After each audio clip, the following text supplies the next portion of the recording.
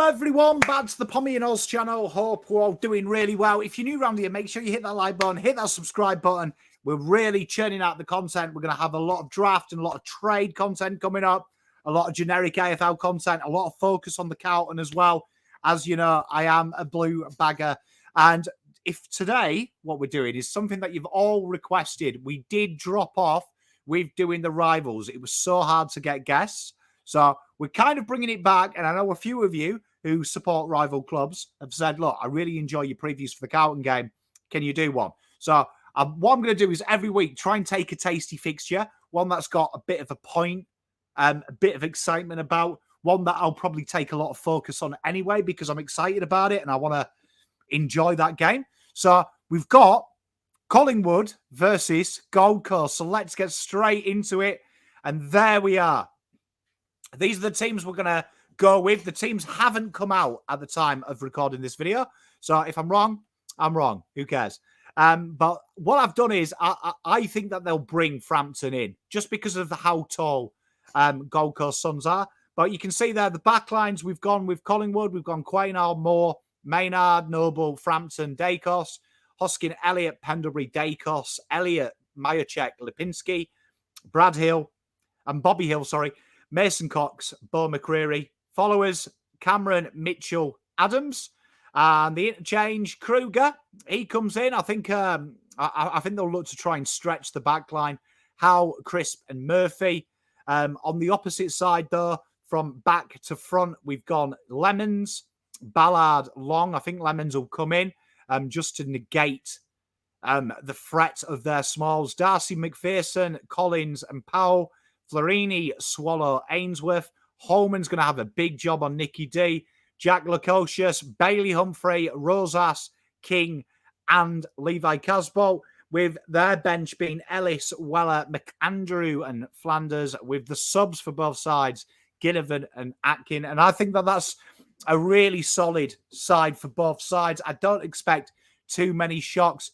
It was a tough one. Will Flanders keep his position? I think he will. I think that they'll look and think that, you know, that is, they need to kick goals against this side. So that being said, let's get into the head-to-head matchups. So we've looked at the teams. Let's look at the matchups. And as you can see, Gold Coast do kick more frequently than Collingwood. And it's interesting because they play a more territory-based game. It is a real manic style. You are looking at one of the sides that is one of the top sides in the competition, it has to be said, at work around the centre clearance. And that is their strength. They're a real strong side in and around the clutches. And we talked about that if you watched my Carlton preview, that against Collingwood, against Gold Coast, is this is what they do. They are looking, they're one of the most kick-heavy sides, strong around clearances, strong around scores from stoppage, and you can see that reflect here. However, Collingwood are just razor-like precision manic. That they combine that territory game, but with the pressure, but also with that ferocious accuracy. That lots of handball chains, as you can see, they're a very handball-heavy side. As you look at kick percentage, the rebound 50 rate, full of scores from the back half of the ground. The clearance game has got a lot better, though. And it's one of them things that when it stacks up, people forget. They are one of the most remarkably strong sides at doing that. They're one of the strongest sides at limiting opposition inside 50s. They're one of the hardest tackled sides. And even though their clearance differential isn't great, they are one of the hardest teams to get clearances with. They set up very wise and they get hands on the ball. The mark inside 50 rate is very interesting. Collingwood winning that one. 22% of their inside 50s become marked. Hit out percentage, though, is in favour of Gold Coast. You know their ruckman. You know Wits is very strong. It's a very key facet of their game. The tackles around the ground, Collingwood, manic pressure around the ground. Interesting, and that's why I think they'll keep Flanders. They'll look for that avenue. They're very good at locking it in, Gold Coast Suns. They are a very ferocious-based side. And they're very adept at getting it down the back. Now, it's interesting. They are one of the top sides at unforced errors, and this has killed them, particularly the clanger stat. But goals, accuracy, inside 50 success, Collingwood, Gold Coast do make more chances. on paper, it's an exciting game. It's not as foregone as some people think it is. And Gold Coast are one of them sides that are very hot and cold from a statistical base. So very interesting when you look at it like that. And so here we are. Last time these sides went out, Collingwood went out to the Crows in a 2-point win. And it was a nail biter. Let's be honest. It was a tough game to watch at the MCG.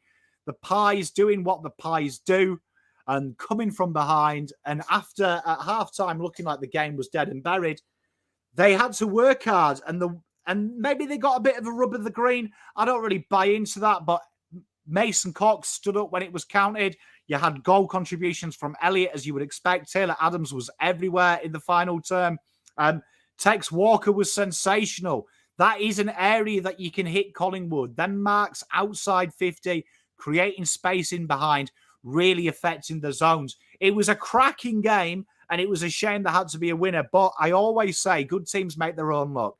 Now, umpiring aside, do you know what I mean? Whatever you want to say, Collingwood did deserve that win.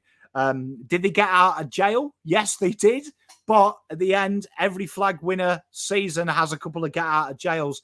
And you know what? They worked hard and they ended up getting the chocolates. It was a good game. It was a game that, you know, will live on. And if they do go on, heaven forbid as a Carlton fan, to win the flag, you'll remember them type of games, that their ability to win, their ability to win from the unthinkable is becoming a real staple of what they are about. And it was an impressive win and a game that really does make this tie a little bit more interesting in the avenue of it gives Gold Coast hope that if they can stay further enough, they might be able to do it. Gold Coast last out. Hard to tell what happened here because Hawthorn came out of the blocks and they shell-shocked Gold Coast at first. But young legs got tired. That pressure around that Donomans in the middle, they eventually ran over the top of them. And it was very easy in the end. In the end, the Gold Coast absolutely destroyed a team that I have a lot of love for, Collingwood. They destroyed them. I mean, Gold Coast, they destroyed them in the end. Malcolm Rosas was phenomenal, popping up. Noah Anderson and Lukosius. Ben King with goal contributions. They were just about everywhere. Florini out on wide really caused Hawthorn problems as they spread from the contest. It was a very impressive performance from Gold Coast, albeit against very young competition that lost its legs in the end. But this shows you what Gold Coast can do. When they get up and about and the tail wags, they're a tough side. And they're going to have to keep that pressure because Collingwood ain't going to break down as the Hawks did. Let's go into the matchups then. The defenders. And this is a really intriguing battle. Both have got All-Australian. Ballard has been phenomenal this year. So has Darcy Moore. But their defensive rating, Collingwood do have the edge. And their ability to create defence into attack. The stats say Collingwood have the edge. Overall, giving Collingwood the advantage in this one. And this is going to be one here that, you know, they limit inside 50s, but when they do, they have that damage ability. Darcy Moore is incredible down the back. Nick Dacos is incredible down the back. Quaynor and Noble, very understated what they do. And then we haven't even talked about Maynard and Howe, who float through there. They are very, very accomplished players. With Frampton there, that's going to give them an advantage as well in the height category, because that is probably an area with Big Levi and Big Lukosius and Ben King, where they think if they can get it in there, they have a chance. But they'll probably negate that with the height. And Murphy and Frampton will do a job allowing Moore to be loose. The engine room is an intriguing battle because we talked about you've got the strength of Gold Coast versus the intelligence and counter-punch of the Pies. And how does that look? From a defensive standpoint, Gold Coast have the edge. There are very high tackle numbers in there. They're very adept at getting the clearance. They're very adept at getting the ball out. However, bang for your buck, clearance per points, Pies have the edge. And ultimately, the table is showing matchup-wise that the Pies do have the edge in this avenue.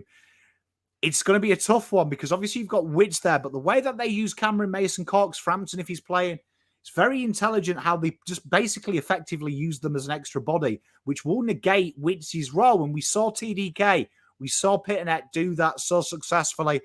That is going to be a really interesting battle. First use, the Ruckman.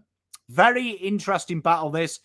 You've got Wits pretty much on his own with some pinch hitting from Levi and co versus Cameron, Frampton, and Mason Cox. Now, defensively and around the ground, Wits wins this battle. However, what is intriguing, in the ruck battle, they win it, but the attacking rating is more the things you do around the ground, and that is where Cameron and Mason Cox do have the edge.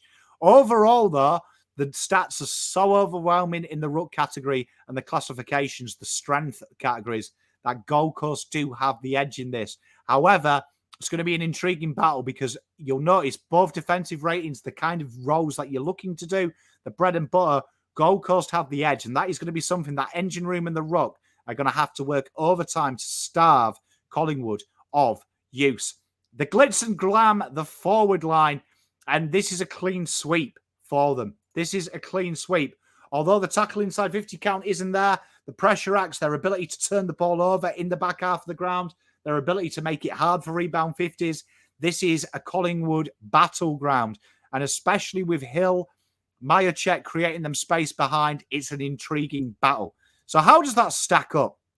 Defense versus the forward line, there is a big, big geese to Collingwood. The midfield battle, they have got it. We've got here, looking at the stats, predicting a 17-point win for Collingwood. But this is a ripping game, and this could go either way. And when you're talking about stats and recent averages, all it takes is someone to be slightly down. And Gold Coast are going to have to put the pressure on. But the fact is, Collingwood can win this game from any point of view. And they have some key mismatches around the ground. It should be a ripping game. I can't wait to watch this one. Look after yourselves. I'll see you tomorrow with the Carlton versus Hawthorn preview. Can't wait to get stuck into that when teams are announced. Look after yourselves. Much love. I'm out.